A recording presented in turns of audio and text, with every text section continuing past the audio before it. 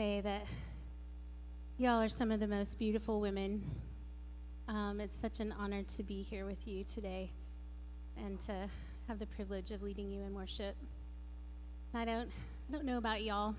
I feel like I've been running a really hard race.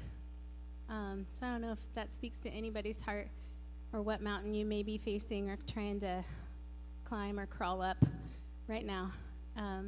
But I know what mine are.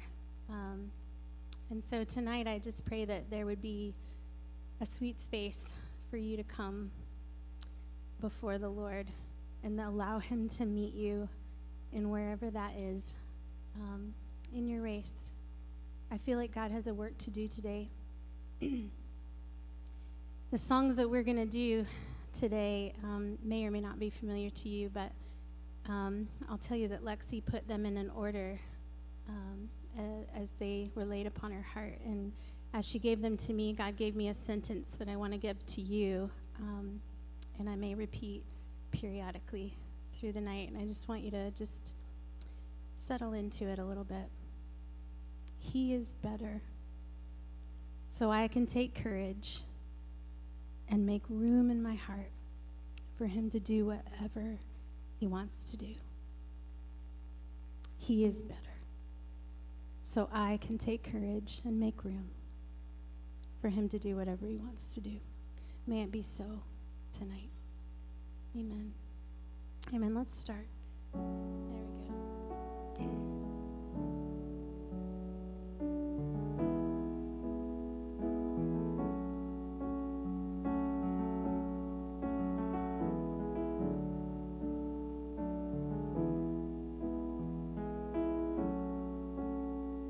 All the money that the world could hold, mountains made of solid gold, riches that could buy my dreams. You are better than all these things. The prettiest face to turn their eyes, beauty that could hypnotize, the open doors that looks may bring. You are better than all these things. 'Cause your love is better than life. You are the well that won't run dry. Oh, I have tasted and I have seen. You are better than all these things. Power that could shake the moon, most important one in every room. Status marked by only kings. You are better than all these things. Come on. 'Cause your love is better than life. You are the well that won't run dry. I have tasted and I have seen. You are better than all these things. Your love is better than life. You are the well that won't run dry. I have tasted and I have seen. You are better than all these things. Being liked and loved by everyone, approval that outshines the sun, cheered by all who think of me. You are better than all these things. You are better than all these things.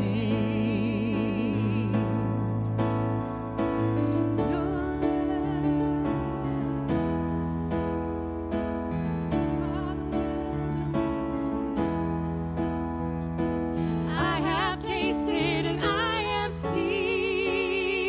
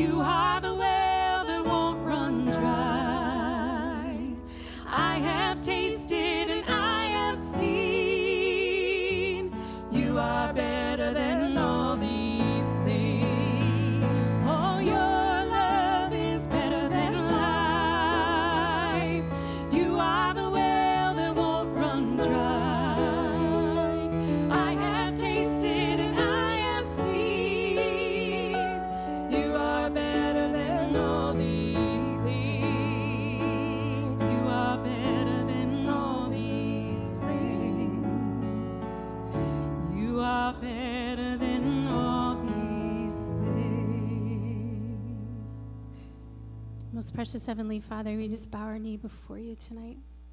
You are so good. You're so good. You're better. And even the things that are in our lives that cause our knees to shake, cause our hearts to melt. Father, the things that just feel like they're too much. God, I pray tonight that you would introduce us to your enough. That you would open the gates of thanksgiving in this place, God, that we would allow you to redefine the narrative of our lives and our stories. That we would give you space. That we would remind ourselves who you are, so that we can then lean back and take courage for whatever you're asking us to do, God. We want to trust you beyond where we can see you working just yet. You're so faithful and you never disappoint. Meet us here, God. Meet us in this place. Amen.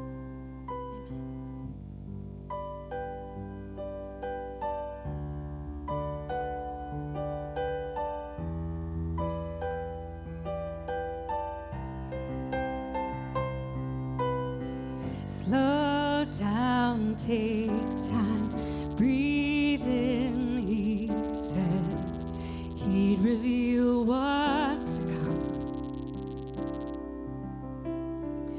The thoughts in his mind, always higher than mine. He'll reveal all to come. Let's sing that again. Slow down.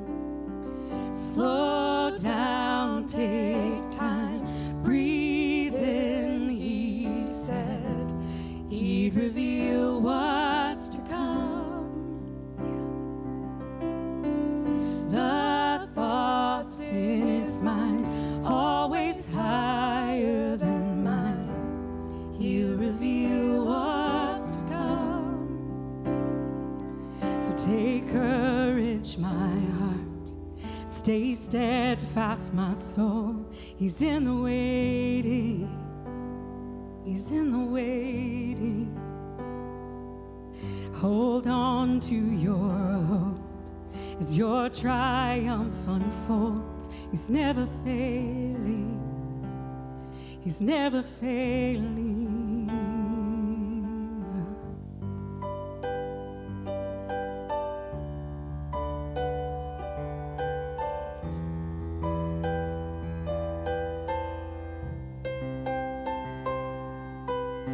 Sing praise, my soul, find strength in joy.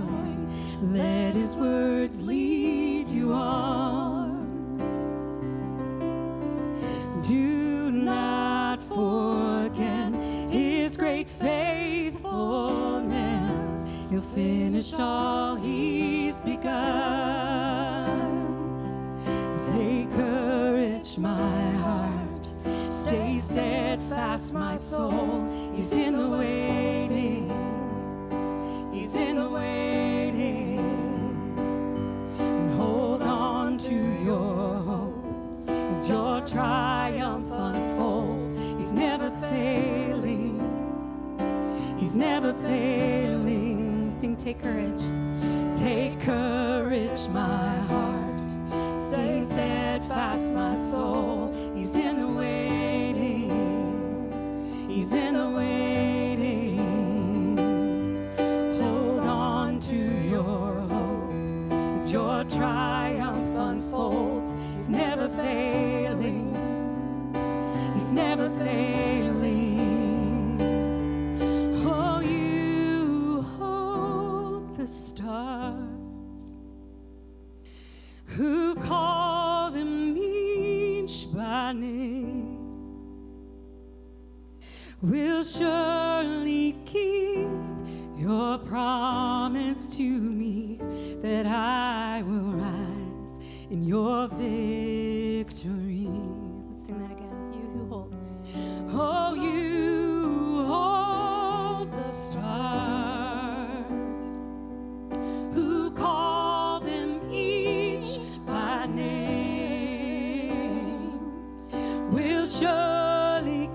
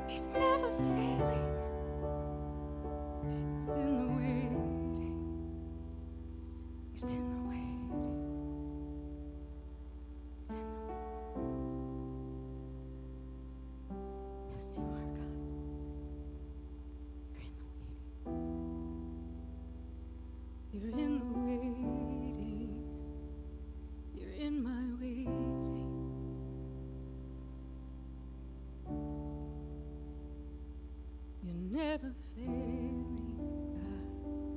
You're never failing. You're in the way.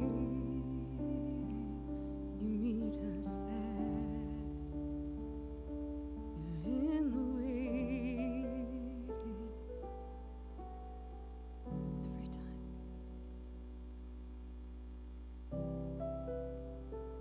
Every time.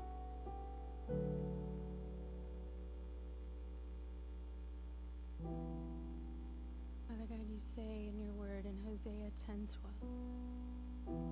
sow for yourself righteousness, reap the fruit of unfailing love, for it is time to break up your unplowed ground until he comes and showers his righteousness upon you. But you would have nothing of it. So, Father God, tonight I pray that we would humble ourselves before you and be willing to break up whatever ground you might be asking us to break up, God, to trust you deeper, to trust you in the waiting and the not yet, and to know that you are unfailingly good, abundantly faithful,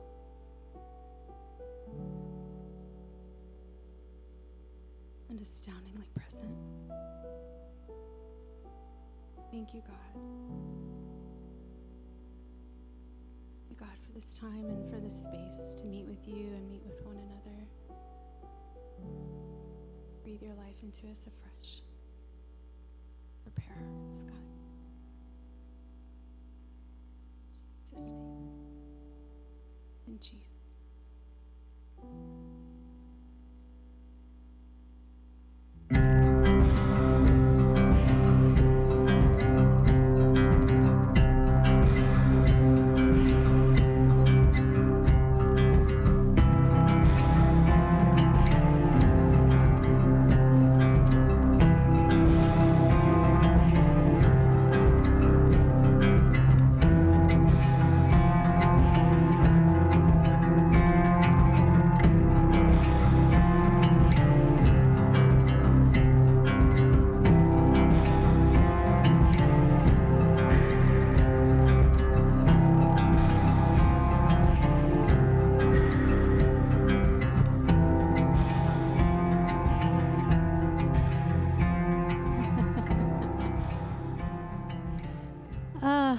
I have the profound privilege of introducing our speaker tonight.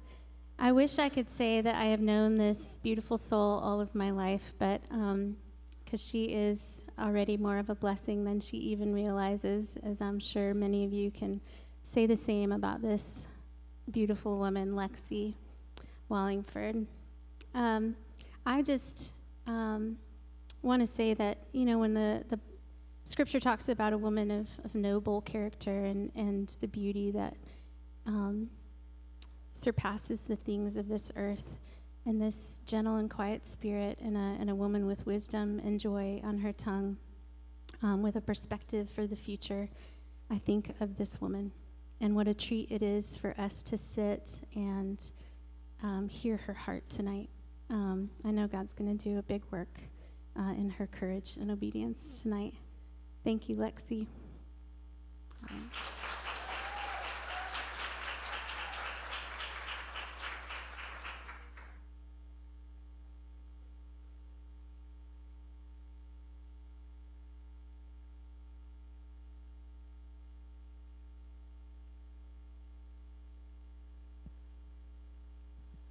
Hello.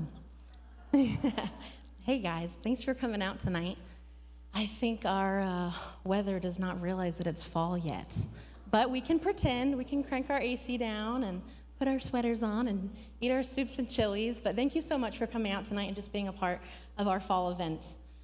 So we are gonna dive right in. Did anybody bring their Bibles tonight? Woohoo! All right, it's all right if you have your phone as well.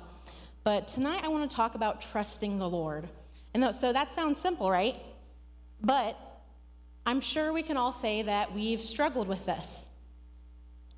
when hardships or loss or financial strains or really any unexpected circumstances arise, what do? Do you panic and let that fear just creep in? Do you pick a fight with your loved ones? Do you lock yourself in your room and just refuse to deal with it? I'm not calling any of you out. Just maybe you binge eat and eat everything in your house just to escape the reality of what's really going on. So tonight I want to gain wisdom from the scripture, and I think the best way to understand the future is to go back to the beginning. And so we're going to be going into the book of Genesis today. So open your Bibles to the very first book, and we're going to be starting in chapter 12. Now, for those of you following along on your phone, I'll be using the NIV translation. So I like to refer to Genesis as the soap opera of the Bible because it's filled with a lot of juicy stories. There's love, deceit, murder, and there's this one story that I really love where this man kidnaps this woman, rapes her, and then has the nerve to go and ask her father for her hand in marriage. And then her two older brothers, get so mad that their dad doesn't do anything that they go and kill every man in that town. And that sounds like a movie plot, right? But that's just Genesis. But tonight I want to look at the father of the Israelites. So we're going to be looking at Abraham. So for the sake of time, I won't be able to cover every part of his life. But his whole story is throughout Genesis 12 through 25. So we're just going to be looking at some specific key stories, though. So we're going to look at chapter 12, verse 1 through 5 right now. The Lord had said to Abram, "Go from your country, your people, and your father's household to the land I will show you. I will make you into a great nation, and I will bless you. I will make your name great, and I will be a blessing. I will bless those who bless you, and whoever curses you, I will curse. And all people on earth will be blessed through you." So Abraham went, as the Lord had told him, and Lot went with him. Abraham was 75 years old when he set out from Haran. He took his wife Sarai, his nephew Lot, all the possessions they had accumulated, and the people they had acquired in Haran, and they set out for the land of Canaan, and they arrived there. Okay, so God tells Abram to leave his home, but he doesn't say where he is going to go. So the control freak in me would instantly be like, excuse me, can I have a little bit more information? Because I would need to know, like, are we going for a week? Are we going for a month? Do I need to pack a swimsuit? And, like, maybe do we have money for this? And most importantly probably is, where are we going? But in verse 4 it says, Abraham went.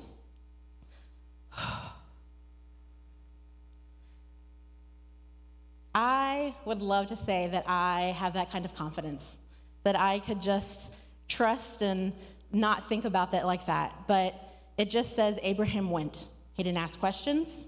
He didn't say, let me have a week to prepare. It just says that he went. And this little detail is one of the many reasons why it's so important for us to read our Bibles for ourselves, for us to actually hold the text in our hands and to see how these people dealt with their struggles. It says he went.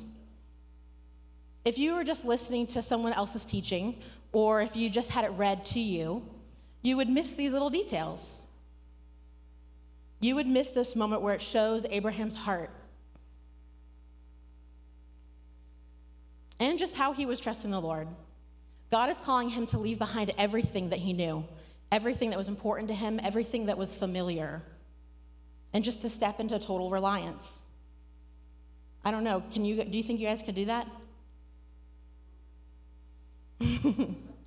So at this time in the story, we see that Abraham is 75 years old. He's already well along in his years, and he doesn't have any children. He's probably not thinking that he's going to have any children in his lifetime. So immediately after taking off, there's this famine in the land. And so they are setting off, and they immediately rush to Egypt, because Egypt is this really big cultivating city that is just growing, and there's lots of people, and there's the security because of all the food and the people and just how big it is. So when they get there, they pretend that his wife Sarai is actually his sister because she's really, really attractive. And other men like really, really attractive women. And so they pretend that she is his sister. Well, this doesn't really go that well. And God strikes Egypt with a bunch of plagues. And this is a different set of plagues. It's not Exodus plagues. And so Pharaoh finds this out, and he basically comes up to them and is like, what the heck, guys? Why didn't you tell me that this was your sister? And he kicks them out and saying, all right, guys, we're going to leave. So here we're seeing that Abraham is showing his lack of trust in the Lord because he's putting God's plan at risk. All Abraham is caring about is the Egyptians are going to kill him. He's forgetting that the Lord had literally just said to him that he would bless him and he would make him into a great nation. God wouldn't lead him to Egypt to die if he just promised to have him killed. He just promised that he would have children, and he promised that his wife would be the one to give it to him. But by pretending his wife was his sister, Abraham risked his wife getting pregnant by another man. Because what happens when a man finds another woman attractive? I think we all know. But God stopped this. It says clearly that in 12:17 it says that Abraham and Sarai were able to leave Egypt without anything happening to them. Okay? And so this little detail is actually really, really important. So Moses was the author of the book of Genesis. When he was writing this book to the Jews. And in the Jewish community, lineage is really important. So when you're flipping through your Bible and you're reading through it, you'll often see long lists of names, right? Okay, and so those long lists of names is the author's way of trying to tell you, okay, you can trace all of these people back to where they're from. You can see everyone in their family. You can see their bloodline, okay? It's saying, the author is saying, this is something I want you to pay attention to. So this specific example of pointing out that Sarai did not sleep with any of the Egyptian men while she is there is important because of Jesus. So throughout the whole Bible, so Luke 3 is specifically where it shows Jesus' whole lineage. Okay, so it shows all the way from Jesus all the way back to Adam. So if Sarai got pregnant by another man, then Jesus' lineage would no longer be connected back to Abram's lineage. So you can see why Abram not trusting the Lord with this little thing. He told him to go, and he was heading in one direction, and he got scared and went over to Egypt, okay? So in his fear, he didn't trust the Lord, and he went somewhere else. And by going onto a different place, that's where he could have almost risked the possibility of Jesus being born. Do you see how that branches off like that? But God sent the plagues, and he stopped them, and nothing happened. The scripture tells us that, so we know it's true. And they kept on going into God's will, okay? Now, I know Abram didn't know all of this. He wasn't intentionally trying to ruin the plans that God had for him, but like the knowing father that God is, he knows more than we do, right? So as we raise our children, we give them rules and ask things of them, and our kids don't always want to listen, unfortunately. But they should. They should trust that we as their parents have things in place for a reason. And it's the same with God. So just picture God sitting back, watching our lives go by, okay? He can see before we were born, and he can see after we were born. So he has the whole picture. He knows every single detail of our life. So when God tells us to do something, we have to trust that his ways are better, that he knows the best possible outcome for our life. So what about you, ladies? Have you almost ever risked the future that God has for you in moments where you should have just trusted him? Sometimes the hardest part of not understanding is not understanding why. Why is my marriage falling apart? Why did I lose my job? Why did my child have to die? These questions are valid and painful. And God sees that. I'm not supposed to get emotional yet. I'm not there. Okay, so now we're going to come up to the Abrahamic covenant, which basically means a promise made by God to Abraham. So it's in Genesis 15, verse 1. So after this, the word of the Lord came to Abram in a vision. Do not be afraid, Abram. I am your shield, your very great reward. But Abram said, Sovereign Lord, what can you give me since I remain childless, and the one who will inherit my estate is Eliezer of Damascus? And Abram said, You have given me no children, so a servant in my household will be my heir. Then the word of the Lord came to him. This man will not be your heir, but a son who is your own flesh and blood will be your heir. He took him outside and said, Look up at the sky and count the stars, if indeed you can count them. Then he said to him, So shall your offspring be. Abraham believed the Lord, and he credited to him as righteousness. He also said to him, I am the Lord who brought you out of Ur of the Chaldeans to give you this land, to take possession of it. But Abram said, Sovereign Lord, how can I know that I will gain possession of it? So the Lord said to him, Bring me a heifer, a goat, a ram, each 3 years old, along with a dove and a young pigeon. Abram brought all of these to him, cut them in two, and arranged the halves opposite each other. The birds, however, he did not cut in half. Then birds of prey came down on the carcasses, but Abram drove them away. As the sun was setting, Abram fell into a deep sleep, and a thick and dreadful darkness came over him. So the really unique part of this whole covenant is that Abram is sleeping throughout the whole thing. So typically during a covenant, what happens is these two parties will come together and they cut these animals in half from end to end, or as my husband likes to brutally say, hot dog style. And they separate them and lay them on the grounds. And they walk between the halves, making a figure 8, reciting the words of the covenant. So ultimately meaning, if either of us should break the covenant, let it be done to you what has been done to these animals. That's intense, right? So covenants were supposed to be taken very seriously. But God, it says, puts him into a deep sleep.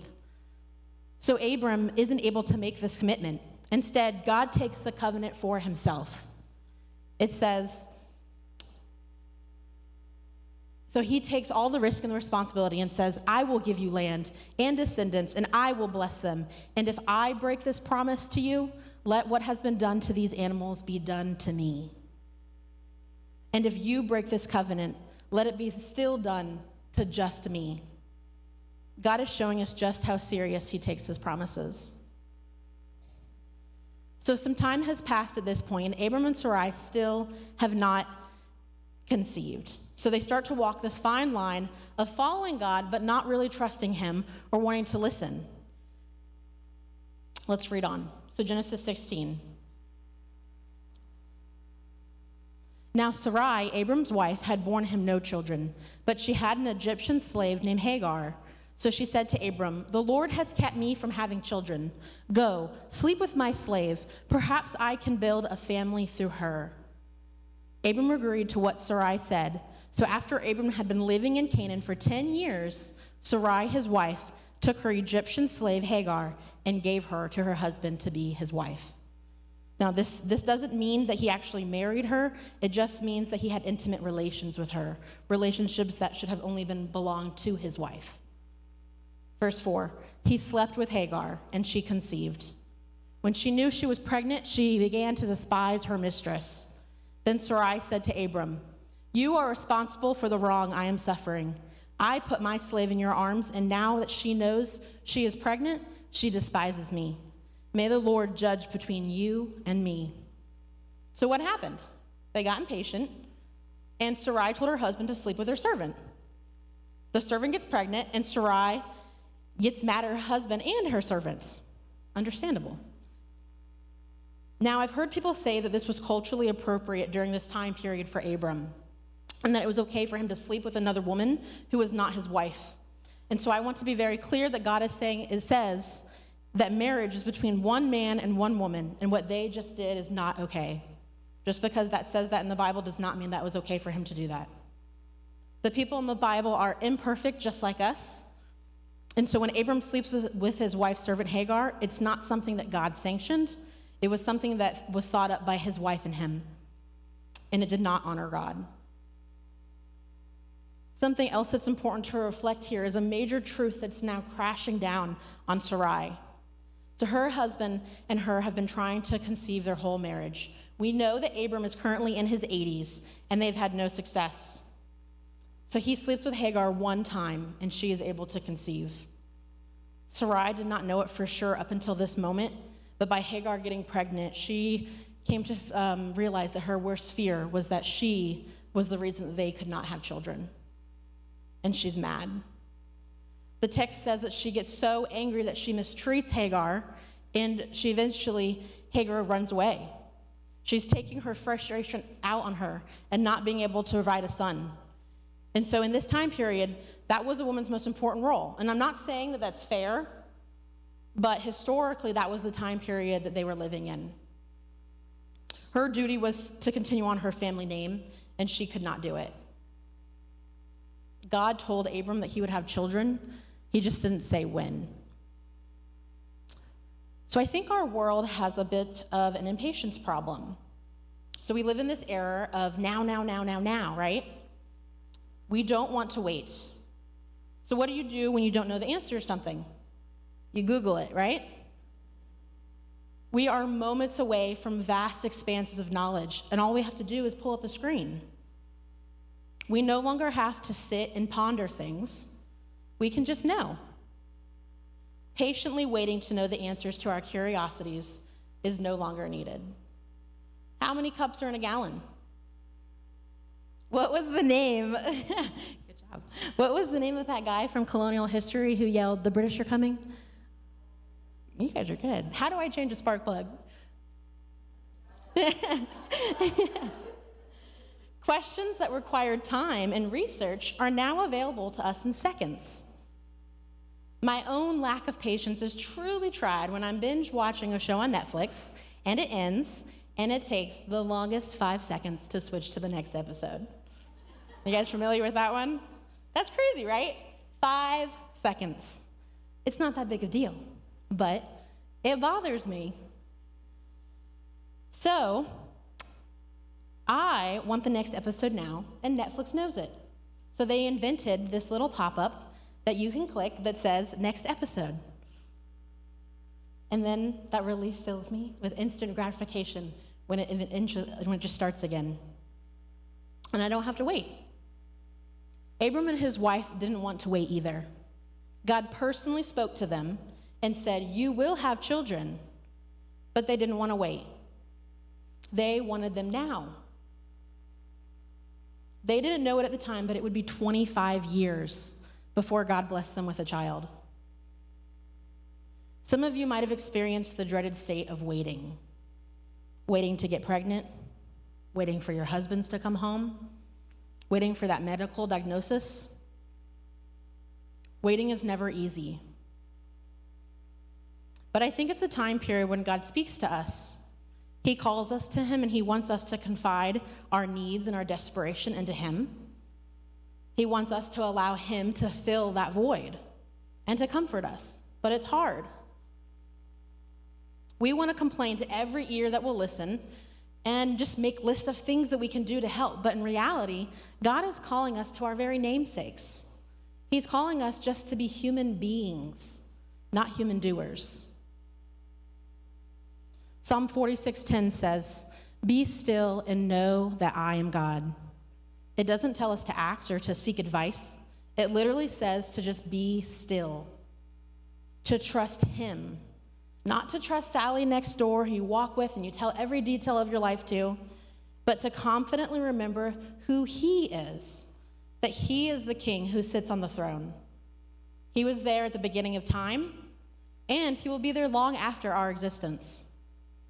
There's this verse in the book of Job that always gives me goosebumps when I read it, where God literally says to Job in chapter 38, "Who is this that obscures my plans with words without knowledge?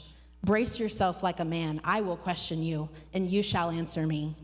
Where were you when I laid the earth's foundations?" Woo! I don't know about you, but what would you do if God said that to you? I think I would probably pass out. God is literally calling him out. And he's calling him out on his lack of understanding, his lack of trust in him. God says, "Be still and know that I am God." Trust him. trust his righteousness, trust his goodness, trust his hunger, trust his decision making. If the creator of the universe can breathe the stars into their existence, then I'm pretty sure he can handle the pressures of our lives. You see, the Bible isn't about who you are. It's about who he is. We can't just flip to a page in the Bible and say, God, tell me what I should do in this situation. But instead, we have to read it and we have to understand that it's a book about him and how we can align our lives to look like his. I've often found in these moments of waiting that God is working on something in me. And of course, I don't ever realize it in the moment. I realize it later. But I realize that I have to remind myself of this and literally tell myself to make room for whatever God is about to do. Because, so when the next time you're in one of these like so-called waiting rooms and you're waiting for something to happen, I want you to remind yourself of who he is and to trust the fact of who he is. Tell yourself just to move over and make room for whatever change that he's about to do in your own life. So picking back up in the story, it says that the servant Hagar, being abused, runs away and is encountered by an angel of the Lord. And this is in verse 9. He tells her to return to Abram and Sarai, and that she is going to give birth to a son and name him Ishmael. The angel says that her son will be a wild donkey of a man. Have any of you ever wanted a son to picture him as a wild donkey of a man? Thanks, God. But that's actually a really affirming statement, and it's another reason why I really love diving into the scripture. So, historically, during this time period, wild donkeys were two things. They were really strong, and more importantly, they were free, something that she was not. And so God here is promising her that her son, her future son, was going to be free. He gave her hope for her unborn child. It says here that Hagar then calls him the name El Roi, which means the God who sees me. For he knew the deepest desires of her heart were to be free, and he promised that her child would be. Genesis 17, verse 1. All right, guys, so this part's a little bit long, but just stick with me. It's really good. When Abram was 99 years old, the Lord appeared to him and said, I am God Almighty. Walk before me faithfully and be blameless. Then I will make my covenant between me and you and will greatly increase your numbers. Abram fell face down as God said to him, As for me, this is my covenant with you. You will be the father of many nations. No longer will you be called Abram. Your name will be Abraham, for I have made you a father of many nations. I will make you fruitful. I will make nations of you. The kings will come from you. I will establish my covenant as an everlasting covenant between me and you and your descendants after you for the generations to come, to be your God and the God of your descendants after you. The whole land of Canaan, where you now reside as a foreigner, I will give you an everlasting possession to you and your descendants after you, and I will be their God. Then God said to Abram, As for you, you must keep my covenant, and you and your descendants after you for generations to come.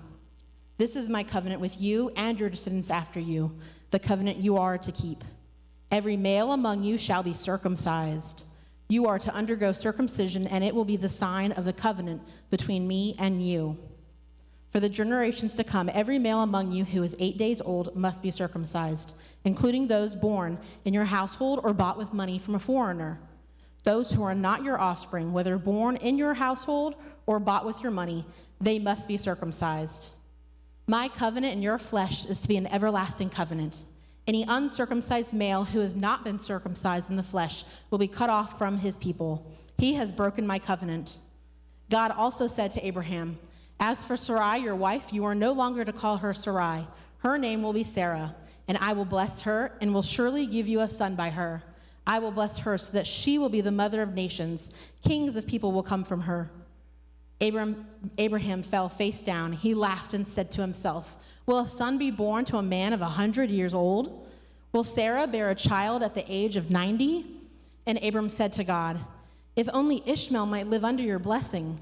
Then God said, Yes, but your wife Sarah will bear you a son, and you will call him Isaac. I will establish my covenant with him as an everlasting covenant. For his descendants after him. And as for Ishmael, I have heard you. I will surely bless him. I will make him fruitful, and I will greatly increase his numbers. He will be the father of 12 rulers, and I will make him into a great nation. But my covenant I will establish with Isaac, whom Sarah will bear to you by this time next year. When he had finished speaking with him, God went up from him. All right, so that was God. So that was really long, but what did we see here? It says that God promises to bless Abraham and his future descendants, and he promises that kings will come from his lineage. He will take care of them, and he'll provide for the Jewish people, and in return, the Jewish people will now circumcise every male born to them at 8 days old. So this will be a recognizable sign that shows that you are Jewish and that you believe in God. And it's a physical sign that you can see. And as a male, it would be a reminder to them every day of who their God is. God also changes Abram's name to Abraham and Sarai's name to Sarah. And he promises that Sarah will give birth to a son named Isaac in the next year. He says he will also bless Ishmael, but he will establish his covenant with Isaac, the child of promise. So now Ishmael will become the father of the Arabic people, while Isaac goes on to become the father of the Israelites. And to this day, these two brothers are still fighting. Chapter 21, verse 5 says, Abraham is 100 years old when Isaac is born. So Abraham has these two sons now, Ishmael, who came from earthly, fleshly desires, and then we have Isaac, who was referred to as the son who was promised by God. Can you guys see the difference between the two? So Isaac, the one who was promised, is a foreshadow of the coming Jesus. They were both specially promised sons. They had miraculous conceptions. Both mothers received assurances of their coming births. And they were given names before they were born. For Abraham, his sons were a battle of trusting in the flesh versus trusting in the Holy Spirit. In chapter 22, we come to this pinnacle moment that's been building. Let's read it on. Genesis 22, verse 1. Sometime later, God tested Abraham. He said to him, Abraham, here I am, he replied. So notice the word here. It says tested. It says God tests Abraham. It doesn't say that he tempts him. There's a difference. God wants us to succeed where Satan wants us to fail. Testing is in hopes for success, where tempting is in hopes for failure. God tests us, Satan tempts us. So we see God calling Abraham and Abraham's obedience response. Here I am. His immediate response, here I am. It's a great example of how we should come to God, to come ready to be taught, to become ready to listen, to come ready to surrender. Verse 2, then God said, take your son, your only son, whom you love, Isaac, and go to the region of Moriah. Sacrifice him there as a burnt offering on a mountain that I will show you. So what? So all of this time we've been reading about how God has been promising this son that he's waited 25 years for. And now we get to this moment where God is actually calling him to sacrifice him. When God first called Abraham, he asked him to let go of his past. He said to go, and he doesn't tell him where. He tells him to leave behind everything that he knows and to go where he is calling him. And now God is asking him to let go of his future. All right, so reread verse 2. Take your son, your only son, whom you love, sacrifice him there as a burnt offering. These are painful words for any parent to hear. Why would God ask Abraham to kill Isaac, the one who was promised to him, the one who the promise was supposed to be fulfilled through? Abraham needed to learn the difference between trusting the promise and trusting the promiser. Verse 3, early the next morning, Abraham got up and loaded his donkey. He took up with him 2 servants and his son Isaac. When he had cut enough wood for the burnt offering, he set out for the place God had told him about. On the 3rd day, Abraham looked up and saw the place in the distance. So the text here says that he rose early. I don't know about you, but if God just called you to sacrifice your son, how much sleep do you think you would get? There's nothing in the text that talks about Abraham's feelings, but we can assume that he probably had a sleepless night, most likely why he rose early. Abraham doesn't argue. He doesn't consult with others. He simply knows that God is God, and he goes. It says also that he personally saddled up his donkey and he cut the wood for the burnt offering. So as readers, we already know that he's 100 years old at this point. Have you guys seen a 100-year-old man doing that before? I'd like to witness this. But we also know that Abraham has also been blessed by God, that he has many servants in his household, and that we can assume that he is a pretty wealthy man. But it says that he takes the time to personally cut the wood for himself and to load up his donkey. So we have to put our shoes, we have to put ourselves in his shoes and try to imagine what he is going through. So if it was me, I would have to do something. When I'm nervous or when I'm stressed out, I clean or I make lists and I get things done. And that's what I do to help myself with those like fears of what's going on or of not knowing what's going on. I wouldn't order my servants to do it. I would want to be the one preparing. And so God asked him to kill his son. And so with each swing of his axe, you can feel his heart breaking. It says it took them 3 days to travel to Mount Moriah. So he had 3 days to ponder what was about to happen. Verse 5, he said to his servants, "Stay here with the donkeys while I and the boy go over there. We will worship, and then we will come back to you." Abram says, "We will worship, and we will come back." You see, at this time period in the world, resurrection was not a thing. It had never occurred before. Abraham didn't have some example to go off of and say, hey, if God did it for that guy, then he could do it for my son. Abraham walked up this mountain knowing that God had promised him Isaac and that God would fulfill his promise specifically through Isaac. So, if God had him sacrifice his son, then he knew God could bring him back. He knew that God was not a liar and that he would not break his covenant with him. You see, this situation didn't make sense.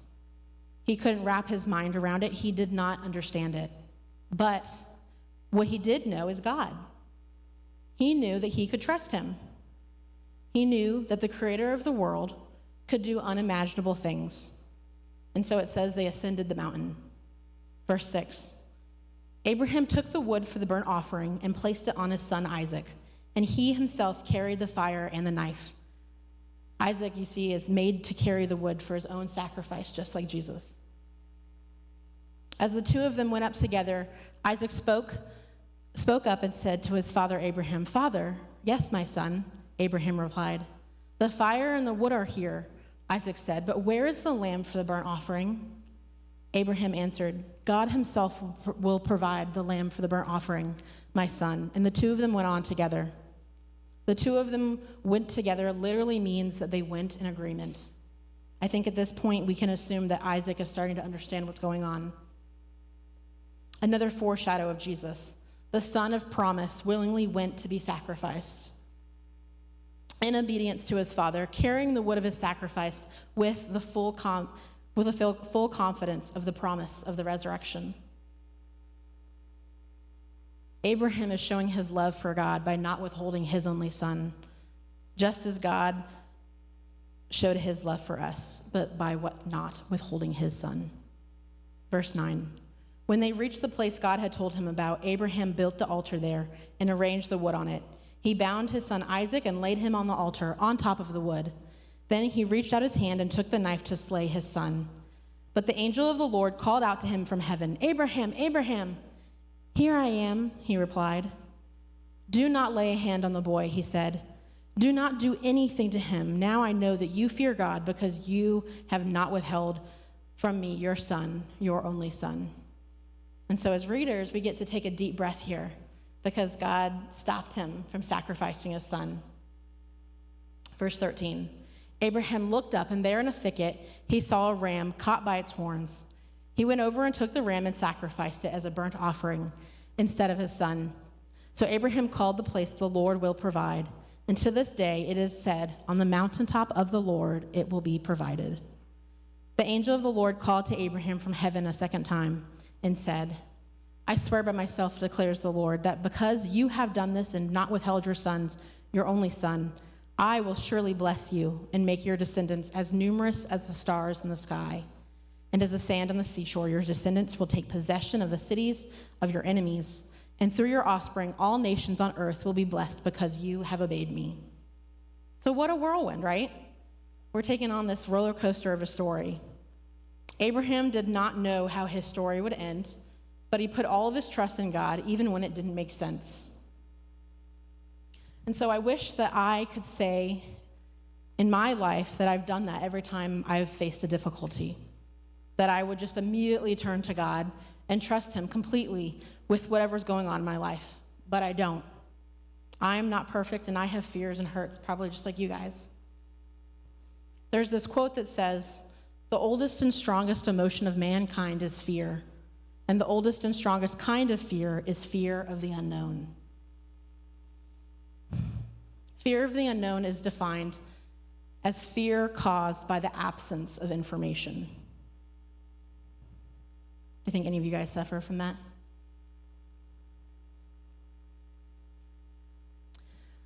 My biggest struggle so far in my life has been my daughter and my fear of her unknown future.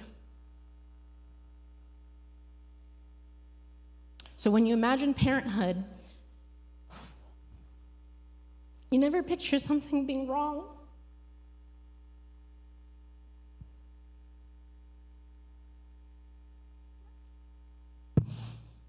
Sorry, guys, this is personal, so.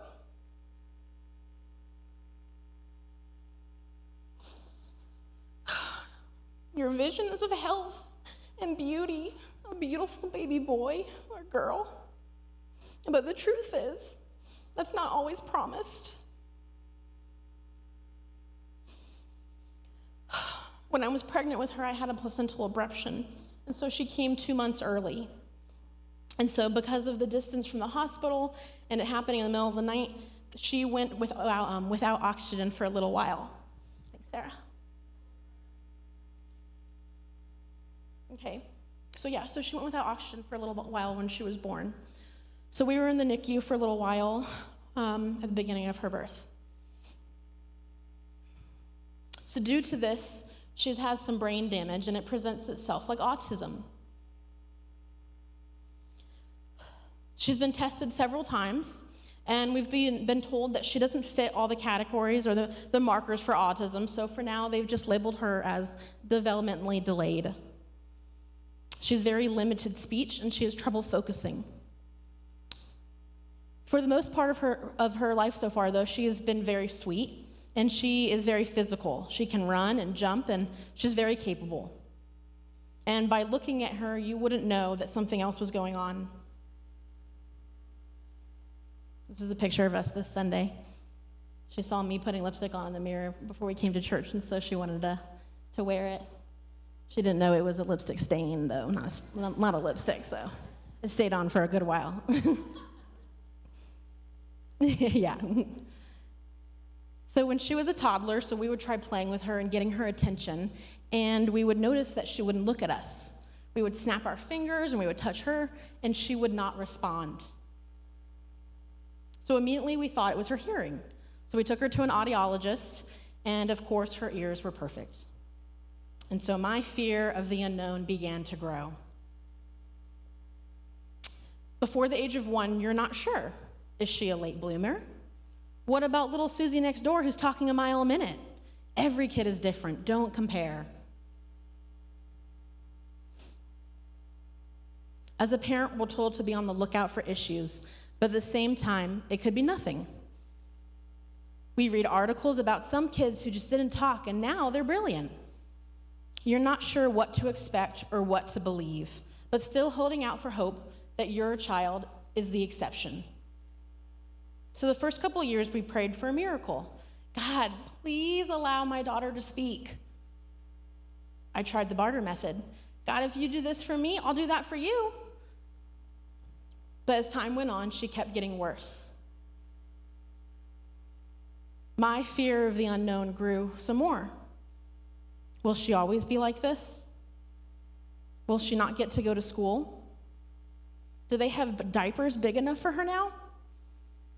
Will she ever get to learn a car? Will she live with us forever? What will happen to her after we're gone?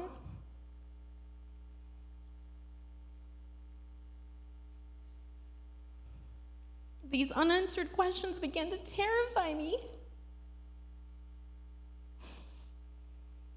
Because as her mom, I didn't know what her future looks like. And I'm scared.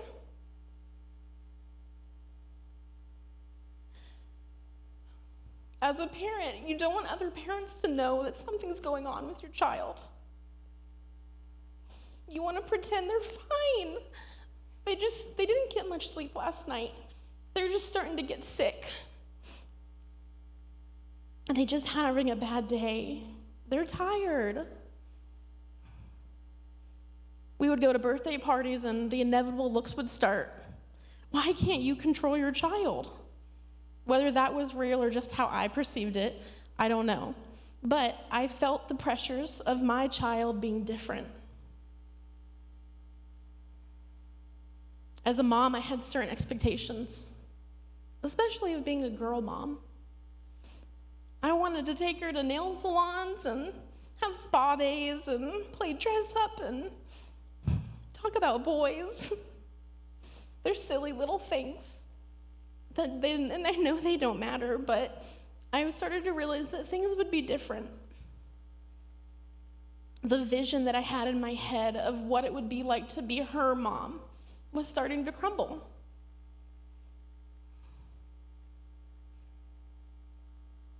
If you volunteer in the child care here, then you probably know my child as the one that you're not supposed to say no to. No is her trigger word. It sets off this chain reaction in her, and she screams and has tantrums and probably ends up with her on the floor. She also has this special range that we like to call pterodactyl mode. That's a fun one. So we've had to discover lots of new ways to say no without using the dreaded NO. She also has no fear of heights. She doesn't mind being alone, and she likes to try new things by eating them. Every day is a constant struggle to keep her alive. Raising Kinsley has been really hard for our family.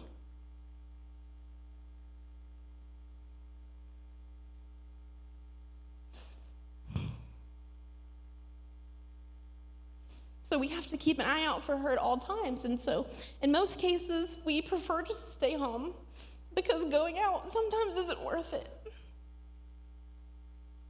When we go to friends' houses, she likes to run around and touch everything. She'll take pictures off of shelves. She steals cars and espresso pods. She puts her hands in hot wax. She'll tear down curtains. She does it all. She really likes textures. So if we go somewhere and it's outside and there's not a fence, it's even scarier because Kinsley's a runner and she won't come back when she's called. So most of the time, we just prefer to stay home with her rather than go out. Or if we get invited to a birthday party, one of us will go. and the other one will just stay home because it's just not worth it sometimes. Another thing that we deal with on a regular basis is something called fecal smearing. Yep. I'm not going to go into details of what that is. I'm sure you guys can understand, but if you have a child who's done this before, I'm sure you can feel my pain when you're walking up the stairs and the smell hits you before you've reached the door. That's something that happens a lot. And I don't really have any words of wisdom for that one, except some days we just have to deal with crap. We have an older son too, and so we're constantly trying to fill his needs without making everything about her, to give him the attention that he needs, trying to make sure that he can still just be a kid and not have to grow up fast, having to take up care of his baby sister. As a parent, I struggle with being sensitive to both of their needs.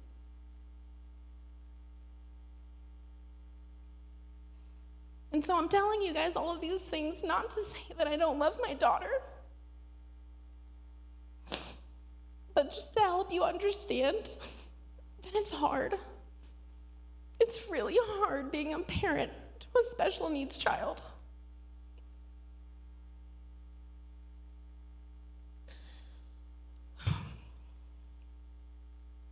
So this past summer was probably a really low spot for me. I began to feel pretty hopeless. She was not getting better. We had enrolled her into a special needs preschool for the last year, and so we were taking her there, as well as a plethora of all her different appointments. She has every doctor under the sun. She has a speech therapist, an occupational therapist, a play therapist, a psychologist, and even though she was seeing all these different types of doctors, she just was not getting better. And we, as a family, were still struggling. This is our life now, was how I really just began to feel this summer.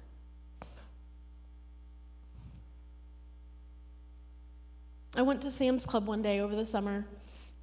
I was doing our grocery shopping for the family for our week. And as our family, we have this method that is tried and true. So when we get there, we take her from her car seat and we put her directly into the shopping cart. We can't put her on the ground and let her walk into the store. We have to put her directly into the seat, okay? If we let her walk and then as soon as we get into the store and we try to put her in, it doesn't happen. She then has in her mind that she wants to walk. So we have to put her directly in there, okay? So we do that. And, So the only problem that specific day was that she had fallen asleep on the way to the store. Now, typically I wouldn't want to wake her, but I was in a hurry. I needed these groceries and I needed to get home. So I woke her up and I put her straight into the car like I planned. I could tell that she was already in a really bad mood and that, and so I went into the store and I went to the concession line and I got her a hot dog like I always do. I'll get her a hot dog and I'll cut it up and I'll give her a drink and I'll put it in the cart with her and she'll be set and I'll be free to shop while I do this. But she was not happy. She was already screaming while I was waiting in line. And of course, Sam's is a big empty warehouse, so a screaming toddler is really noticeable.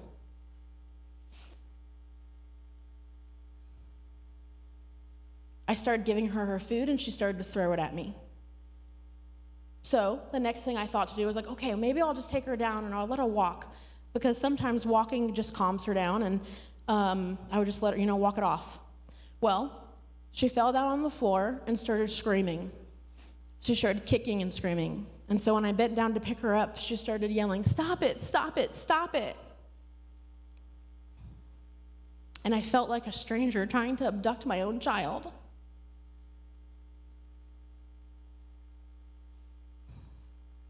Well, so I picked her up and I had her on my arm and I had my son and I just walked them out to the car.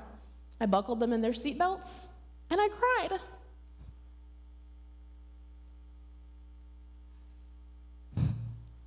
It didn't matter that I needed to go grocery shopping. It didn't matter that my son kept saying, "Where are we going?" I just sat in the Sam's Club parking lot and I cried.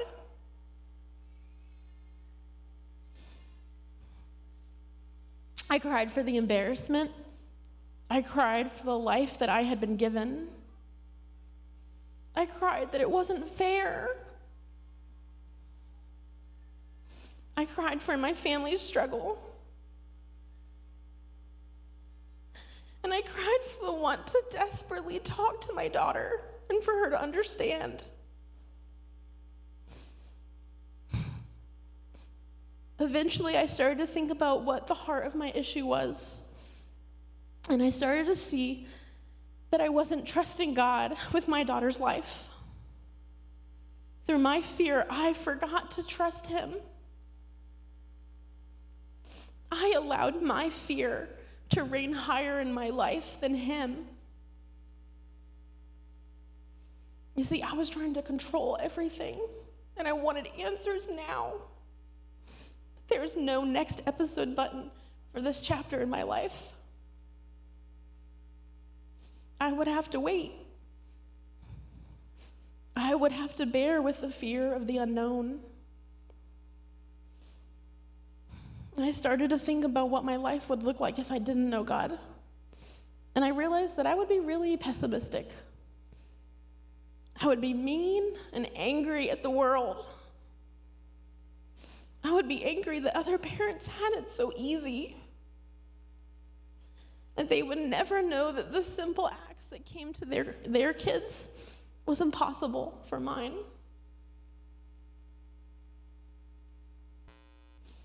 If I felt hopeless before, then not knowing God would literally be me having no hope and no joy for my future. Luckily, God's blessed me with a really amazing husband. He's a very active father, and he goes to all of her doctor appointments with me. He does research on his own, and when he's struggling, I lift him up. And when I'm struggling, he lifts me up. We're just partners. We support each other. So this summer, like the wise man that he is, he told me that I had a choice to make. He said that I could keep on feeling hopeless and eventually become depressed. Or I could choose to trust God.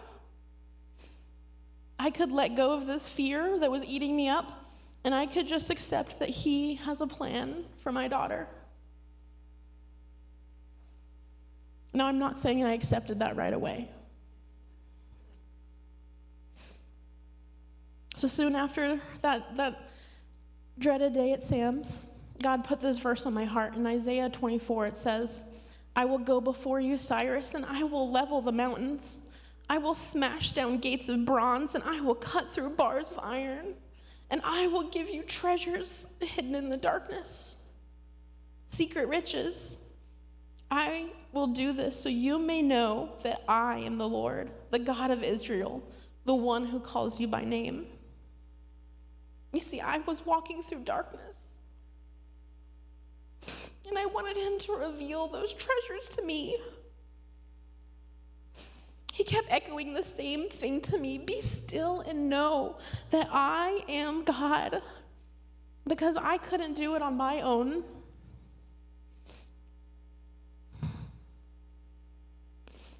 The thing that I want the most is to be able to have a real conversation with my daughter.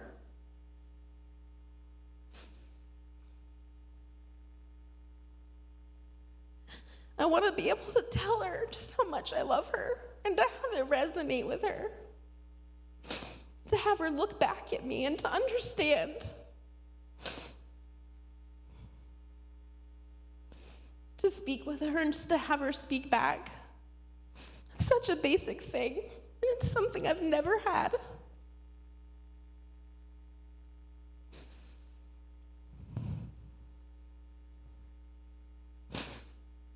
But something that does give me hope is the knowing one day that when we're in heaven, I'm going to see her and she's going to be illuminated by His presence.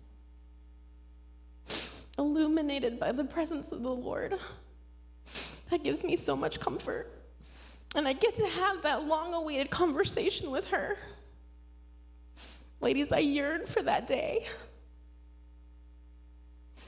And until then, I'm going to trust that the life that God has given me, that He's blessed me with this life, and I'm going to see it that way.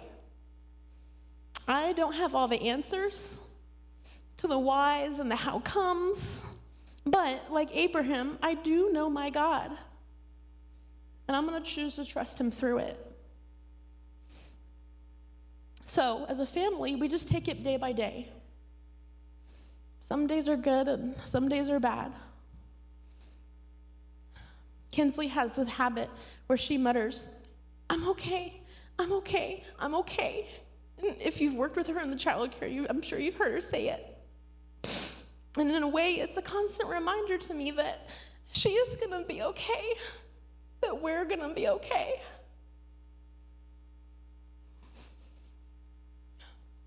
So tonight, I want you to look inward and to think about what struggles you are going through. What troubles that you're having trouble trusting God with. Are you struggling to get pregnant and crying out for a child? Is your marriage falling apart and you've seen no resolution? Are you living paycheck to paycheck and barely staying afloat? Have you lost a loved one and you're so angry at God for taking them from you?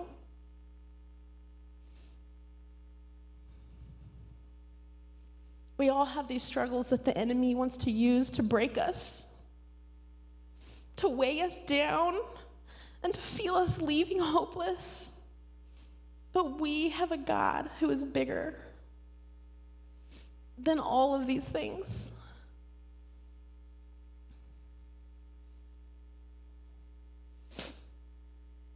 And in these moments of hardship, we have to remember who He is.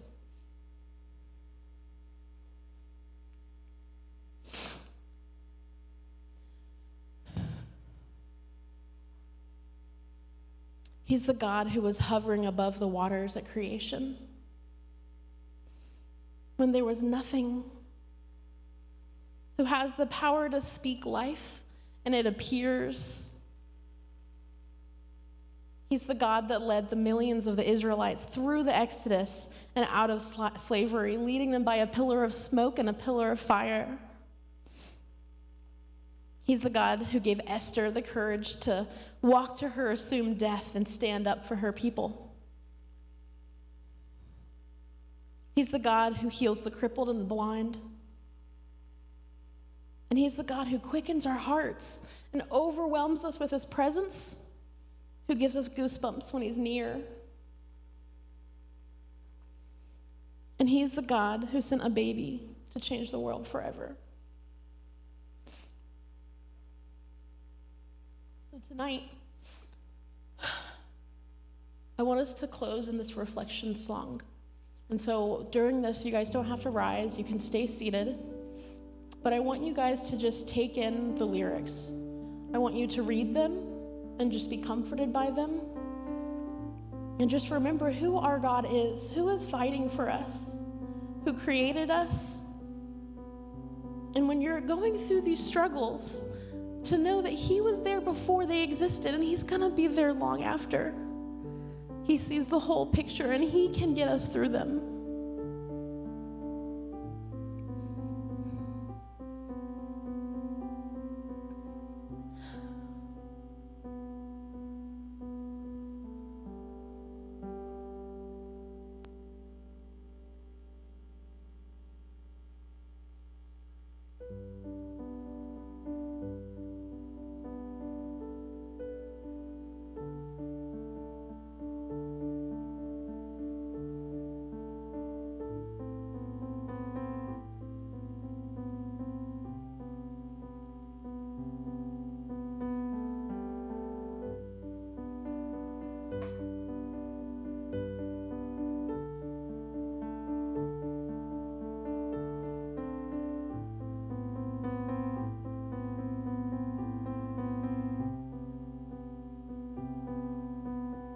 I just want to invite you, if you feel like you need to be in your chair, you feel like you need to be on your face, me. This is just a place and a time for you to meet with the Lord and just spend some time making some room.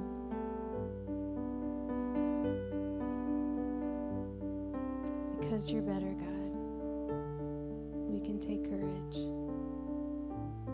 and make room for whatever you want to do, Lord.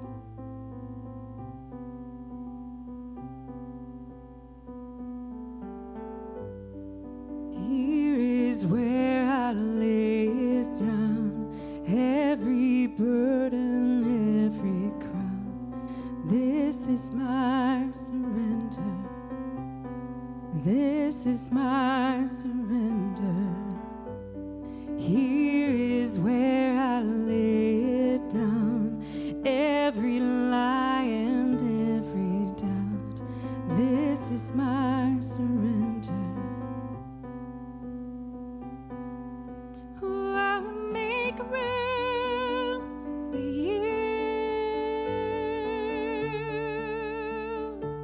to do whatever you want to. to do whatever you want to. Oh, I will make room for you to do whatever you want to do whatever you want to.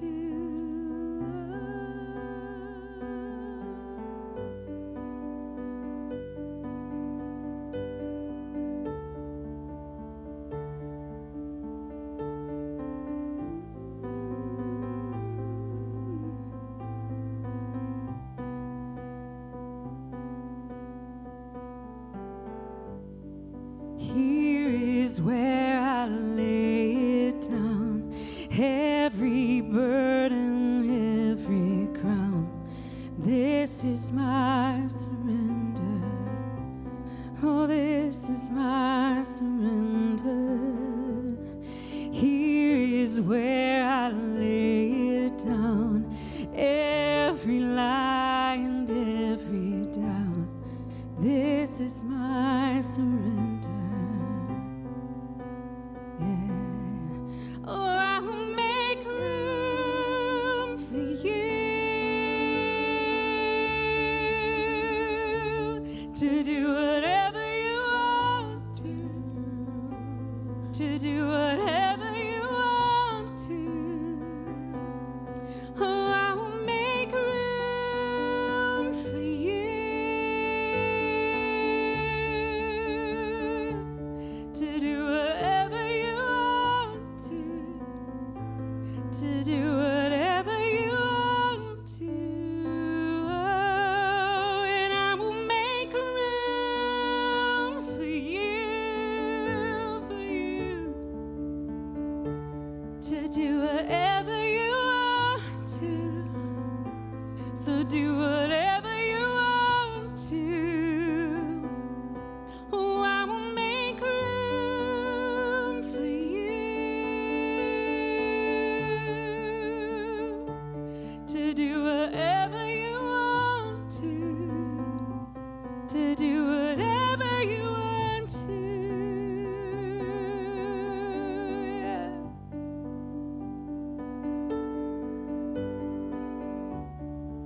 Have your way, God. Have your way. Have your way, God. We surrender it all. Have your way, God. Shake up this ground, God. Shake up the ground of all my tradition. Break down the walls of all my religion. Your way is better. Oh, your way is better.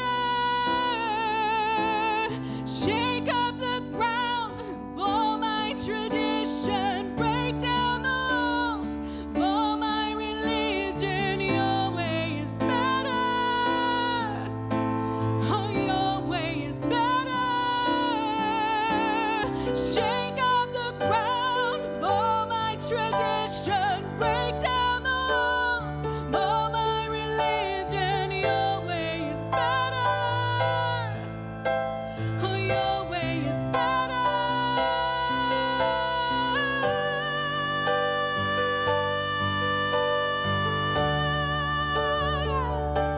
You are better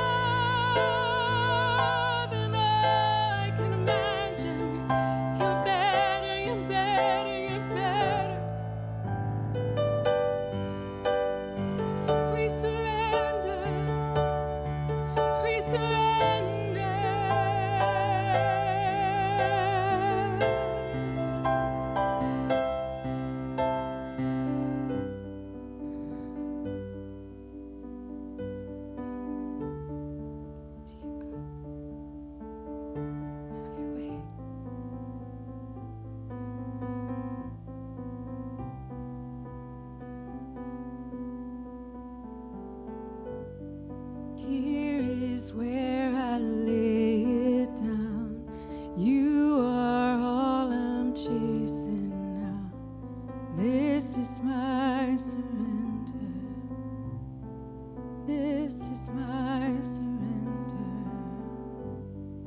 here is where I lay it down. You are all I'm chasing now. This is my surrender. This is my surrender.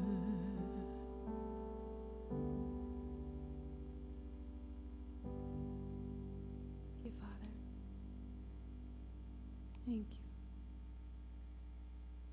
We thank you for this time and space to meet with you, to open our hearts, God, and we ask that you continue to have your way.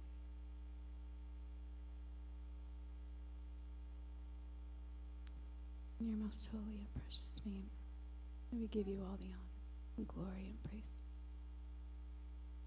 In Jesus' name. In Jesus' name. Amen.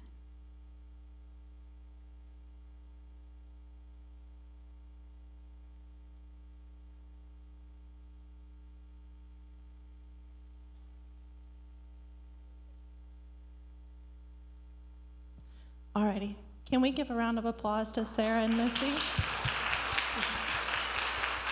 And my pianist, Missy, longtime friend of over 10 years. We've been worshiping together for a long time. She came to join me. So thanks for being here, Missy. Absolutely. And can we give a round of applause to Lexi?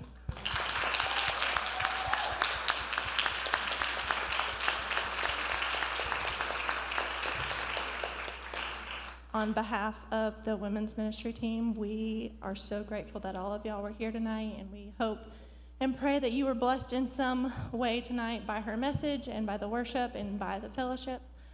Unfortunately, we are out of time, so we are not going to have time to go over the discussion questions. But before we leave, we do want to announce the best dish for soup and for chili.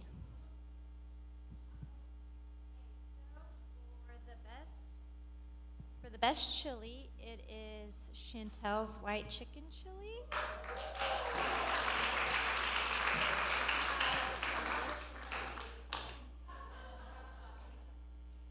And for the best soup, it's the pumpkin soup.